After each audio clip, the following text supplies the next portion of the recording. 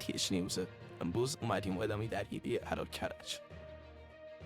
در طی ادامه درگیری یک سگ کرجی موفق به نفوذ به حکومت عراق شد و در طی درگیری با یکی فرمانده نظامی عراقی به قتل رسید.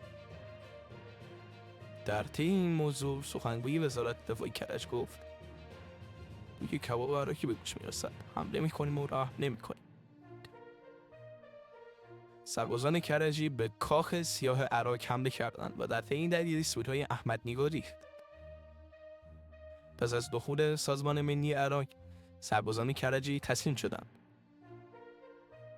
و همین دلیل عراقی‌ها جشن پرشکوه گرفتند.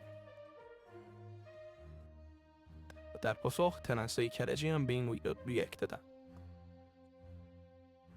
و همکنون طبق منابع معتبر در جنگ خونین عراق کرج شماری هم به ادامه آمادگی 100% کردند